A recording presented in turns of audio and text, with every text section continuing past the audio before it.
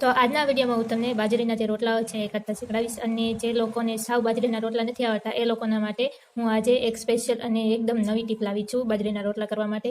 તો આ જે ટીપ છે એ તમારા માટે ખૂબ જ ઉપયોગી બનવાની છે જે લોકોને બાજરીના રોટલા સાવ કરતા નથી આવડતા અને નવા નવા શીખતા હોય એના માટે. અને આ જે ટીપ છે તમે યુઝ કરશો તો તમારા જે બાજરીના રોટલા છે એ ખૂબ જ પાતળા અને ફૂલાયેલા બનશે. તો ચાલો આપણે જે બાજરીના રોટલા છે એ બનાવતા શીખીએ. તો બાજરીના રોટલા જે છે એ બનાવતા પહેલાં તો હું તમને એકાદ બે જે ટીપ હોય છે સરસ મજાની જે નાની નાની ટીપ હોય છે જે તમારા માટે ખૂબ યુઝફુલ બની શકે છે એ ટીપ હું તમને જણાવવા માગું છું. તો સૌથી પહેલી ટીપ આપણી એલોવેરાની છે. તો આપણે જ્યારે એલોવેરા જે છે એને આપણે કટ કરીને એની અંદરનો જે જેલ છે એ કાઢવાની કોશિશ કરતા હોઈએ છીએ, પણ ઘણી વખત એવું થાય છે કે જે આપણે આ એલોવેરા છે એની અંદરનું જે જેલ છે એને કાઢવાની કોશિશ કરીએ તો એ જેલ છે એ નીકળે છે, પણ એ સાવ પાણીની રીતે નીકળતું નથી. તો એના માટે આપણે શું કરવાનું છે કે આપણે જે આ એલોવેરા છે એને તો સૌથી પહેલાં કટ કરી લેવાનું છે અને પછી આપણે એને ચાકુની મદદથી નહીં પણ જે આપણો દાંતિયો હોય છે, કાસ્કો હોય છે એની મદદથી આપણે જે એલોવેરા છે એને આવી રીતે ઘસીને એની અંદરનું જે પણ કાંઈ જેલ હોય છે એને કાઢી લેવાનું છે. તો આવી રીતે આપણે જે એલોવેરા છે એની ઉપર આ જે દાંતિયો હોય છે એને આવી રીતે ઘસીને એલોવેરાનું જે જેલ છે કાઢીશું તો ખૂબ જ ઇઝીલી અને એકદમ પાણીની જેવું નીકળશે. તો આવી રીતે આપણે ખૂબ જ ઇઝીલી પ્યોર જે એલોવેરા હોય છે એ કાઢી શકીએ છીએ. તો આ જે ટીપ છે તમને કેવી લાગી મને કોમેન્ટમાં જરૂરથી જણાવજો. તો આની પછીની ટીપ આપણે જોઈએ.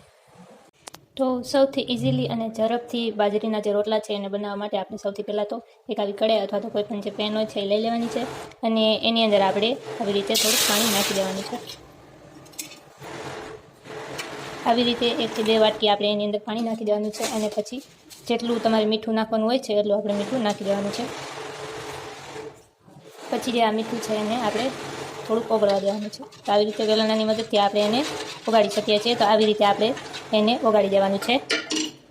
ઓગાળ્યા પછી આપણે જે બાજરીનો લોટ હોય છે એ આની અંદર તમારે જેટલા પણ બાજરીના રોટલા કરવાના એટલો આપણે લોટ આની અંદર નાખી દેવાનો છે.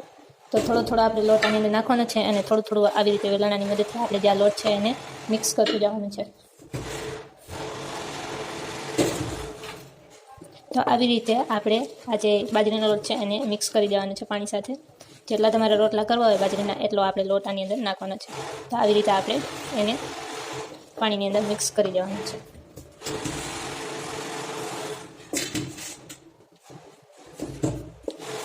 તો આવી રીતે જે આ બાજરીનો લોટ છે એને મિક્સ કર્યા પછી આપણે જે આ બાજરીનો લોટ છે એને થોડીક વખત ઠંડો થવા માટે રાખી દેવાનો છે. તો આપણે થોડી વાર આને ઠંડો થવા રાખી દઈએ.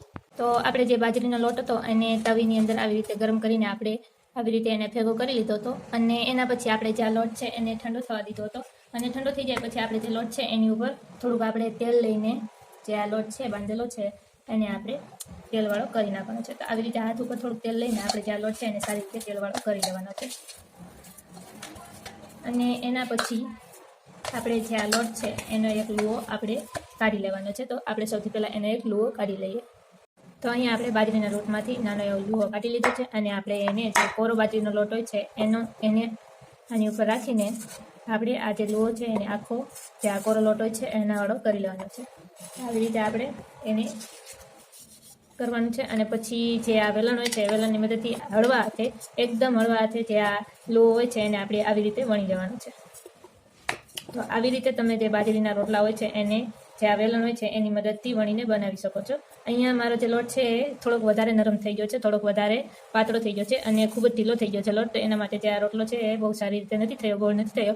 પણ તમે જે લોટ છે એ જ્યારે કડાઈની અંદર નાખો ત્યારે એની અંદર થોડુંક જ પાણી નાખવાનું છે, વધારે પાણી નથી નાખવાનું. અહીંયા મારે વધારે પાણી નખાઈ ગયું છે એના કારણે જે રોટલો છે એ બહુ સારો નથી થયો, પણ તમે આનાથી પણ સારો રોટલો કરી શકો છો. તો આવી રીતે તમે જે બાજરીના રોટલા નવા નવા શીખતા હોય તો આવી રીતે તમે એને બનાવી શકો છો. તો આ જે ટીપ છે તમને સારી લાગી હોય તો મને કોમેન્ટમાં જરૂરથી જણાવજો અને ચેનલને સબસ્ક્રાઈબ જરૂરથી કરતા જજો. તો નેક્સ્ટ ટીપ આપણે જોઈએ.